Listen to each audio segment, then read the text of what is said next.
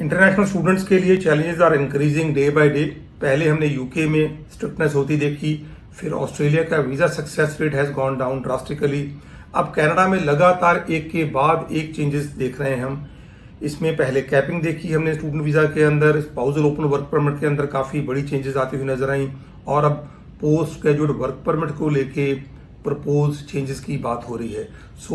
आने वाले टाइम में क्या बनेगा इंटरनेशनल स्टूडेंट्स का, कौन सी ऐसी कंट्री है जिसको वो देख सकते हैं, not only for getting good education but at the same time for settlement. आज मैं छोटी सी बात इस वीडियो में इसी टॉपिक पे करूंगा। स्वागत आप सबका हमारे यूट्यूब के चैनल के ऊपर। मेरा नाम पृथ्वीपाल सिंह गिल, मैं एक लाइसेंस्ड और रेगुलेटेड कैनेडियन इमिग्रेशन कंसल्टेंट हूँ। एक छोटी सी रिक्वेस्ट, इस वीडियो को शुरू करने से पहले अगर आप पहली बार हमारे यूट्यूब के चैनल पे विजिट कर रहे हैं या अभी तक आपने हमारा चैनल सब्सक्राइब नहीं किया, मेरी रिक्वेस्ट है प्लीज सब्सक्राइब करें। हम बहुत तरह के इन्फॉर्मेटिव वीडियोस इसी चैनल पे, इसी प्लेटफॉर्म पे, इन्हीं टॉपिक्स को लेकर रेगुलर बेसिस पे आपके साथ शेयर करते रहते हैं। बात करूंगा आज इंटरनेशनल स्टूडेंट्स के लिए कौन सी ऑप्शंस हैं 2024 में and in 2025 next year. Regularly हम देख रहे हैं कि things are getting very tight. पहले यूके के अंदर रूल्स बहुत सख्त किए गए स्टूडेंट वीजा को लेके, ऑस्ट्रेलिया के अंदर ऑलरेडी रूल्स हमने सख्त होते हुए देखे, और वीजा की जो सक्सेस रेट है specially from India it has gone down drastically.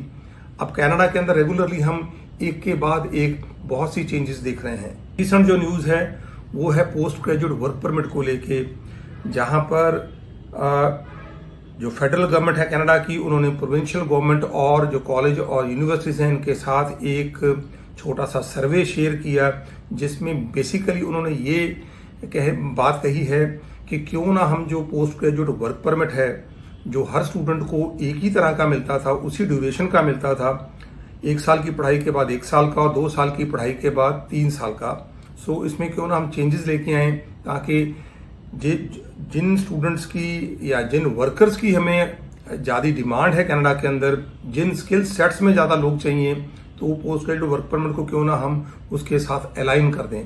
कहने का मतलब अब पोस्ट ग्रेजुएट वर्क परमिट एक मिनिमम ड्यूरेशन का सबको दिया जाए, बट वो 3 साल का ना हो, वो ज़्यादा से ज़्यादा 1 साल का हो, और बाकी उसके बाद एक्सटेंशन दी जाए पोस्ट ग्रेजुएट वर्क परमिट की, बट सिर्फ उन लोगों को जिनका प्रोग्राम ऐसा हो जो कल को जो उनकी लेबर शॉर्टेज है मार्केट के अंदर, वो फेडरल लेवल पे या फिर प्रोविंशियल लेवल पे, स्टेट लेवल पे, उसको सामने रख के वो जो पोस्ट ग्रेजुएट वर्क परमिट है वो लॉन्गर ड्यूरेशन का दिया जाए। रिगार्डिंग दिस बहुत से स्टूडेंट पैनिक में आ गए हैं, because Canada was such a country जहाँ पे at least post graduate work permit की गारंटी थी।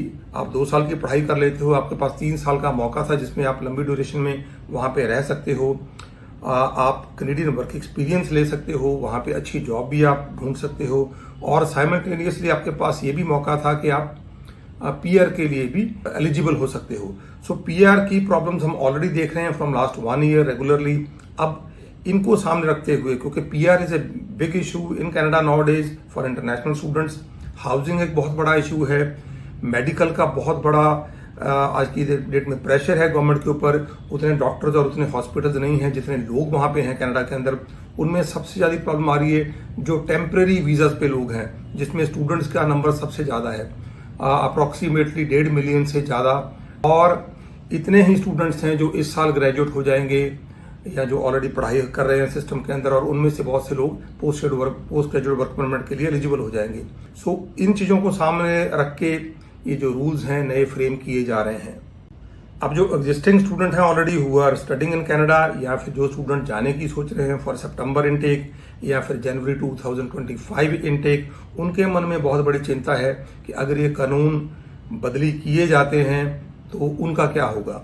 एंड जो प्रपोजल है ये है कि बाय जनवरी 2025 इन जो नए कानून हैं पोस्ट ग्रेजुएट वर्क परमिट को लेके ये इम्प्लीमेंट कर दिए जाएंगे, और ये संभावना काफी बड़ी है कि जो 3 साल का पोस्ट ग्रेजुएट वर्क परमिट है वो अब नहीं रहेगा। हर एप्लीकेंट को, हर स्टूडेंट को वो वर्क परमिट नहीं मिलेगा, 1 साल का हर स्टूडेंट को ही मिलेगा। उसके बाद 2 साल की या 3 साल की जो एक्सटेंशन उन लोगों को मिलेगी जिनका वो जो प्रोग्राम ऑफ स्टडी है वो किसी न किसी जो लेबर मार्केट की शॉर्टेज है उसके साथ अलाइन होता हो। इसमें सबसे बड़ा इशू जो मैंने बताया आपको हाउसिंग का प्लस मेडिकल का, और उसके बाद जो पार्ट टाइम जॉब्स थी, जो एंट्री लेवल की जॉब्स थी, वो भी काफ़ी कम हो गई कनाडा के अंदर। इकोनॉमी वर्ल्ड वाइड स्लो हो गई।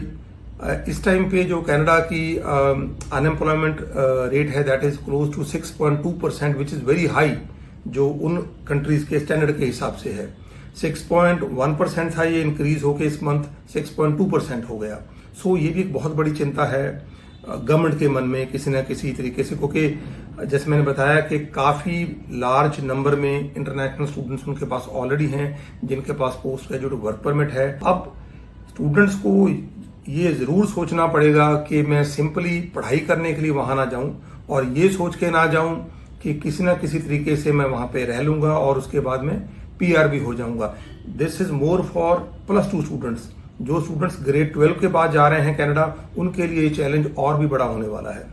ग्रेजुएट और पोस्ट ग्रेजुएट स्टूडेंट्स के लिए कहानी डिफरेंट है, बट उसमें भी मैं बहुत से स्टूडेंट्स को जानता हूँ, ऑलमोस्ट मोर देन 99% स्टूडेंट्स जिनको बिल्कुल भी नहीं ये इस बात की इंफॉर्मेशन नहीं है कि कनाडा का इमिग्रेशन सिस्टम कैसे काम करता है, and they do not take any advice from any licensed और रेगुलेटेड कैनेडियन इमिग्रेशन कंसल्टेंट, बल्कि नॉर्मल जो कोई कंसल्टेंट है उनसे सलाह लेके सिर्फ कनाडा पहुंचने की बात करते हैं। और इनमें ऐसे बहुत से स्टूडेंट हैं हु आर टेकिंग जो नॉर्मल जो बिजनेस के प्रोग्राम्स हैं, ऐसे प्रोग्राम्स जिनको करने के बाद आपके लिए जॉब ऑप्शंस, जॉब अपॉर्चुनिटीज काफ़ी लिमिटेड हैं।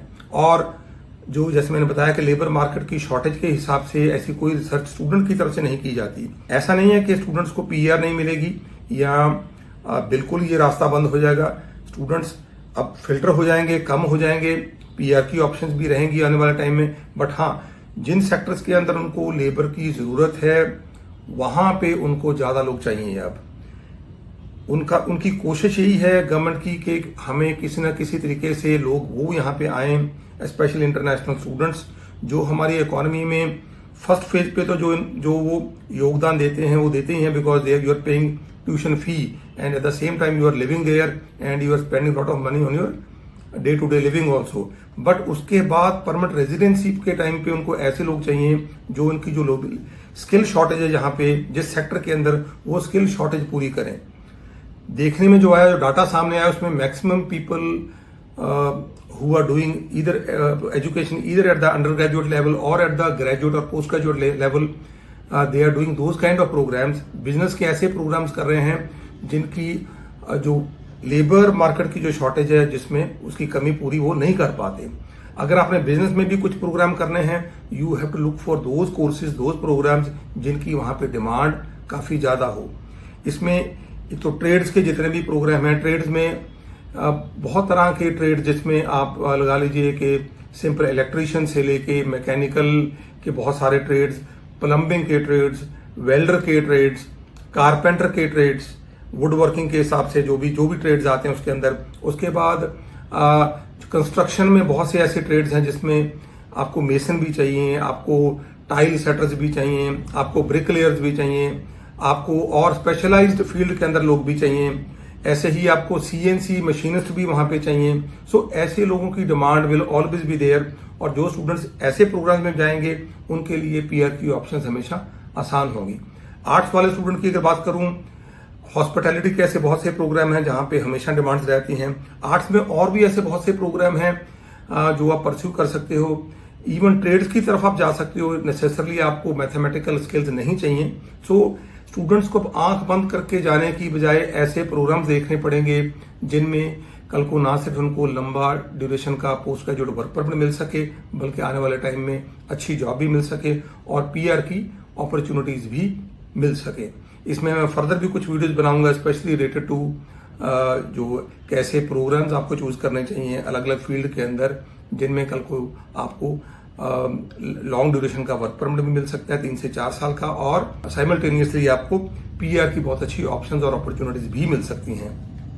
सो अब ये बात जरूर ख्याल रखनी पड़ेगी इंटरनेशनल स्टूडेंट्स को कि पहले की तरह हम सिंपली आंख बंद करके कि मैं बाहर पढ़ने के लिए जा रहा हूं, एक बार मेरी पढ़ाई खत्म हो गई, मुझको फुल ड्यूरेशन का वर्क परमिट मिल जाएगा और उसके बाद PR की ऑप्शन का जुगाड़ में कोई ना कर लूंगा, ये बातें अब आपको साइड में रखनी पड़ेगी। कनाडा एक ऐसा डेस्टिनेशन है आज भी और था स्टूडेंट्स के लिए जहां पे चीजें बहुत आसान थी in comparison to Australia, New Zealand, UK या यूएसए, बट अब वहां भी ये चीजें जो हैं वो चैलेंजिंग होने वाली हैं। सो इसमें जो फर्दर चेंजेस आएंगी मैं जरूर आपके साथ शेयर करता रहूंगा। आपकी किसी तरह की स्टूडेंट वीजा की फाइल है, विजिटर वीजा की फाइल है, स्पाउसल ओपन वर्क परमिट पे आप कनाडा जाना चाहते हो, परमानेंट रेजिडेंसी लेके डायरेक्टली इंडिया से कनाडा जाना चाहते हो, इसमें ऐसे बहुत से प्रोग्राम हैं जहां पे आपको बहुत कम आईएलटीएस का स्कोर चाहिए, तो जरूर हमें कंसल्ट करें। नंबर हमारे सामने डिस्प्ले हो रहे हैं।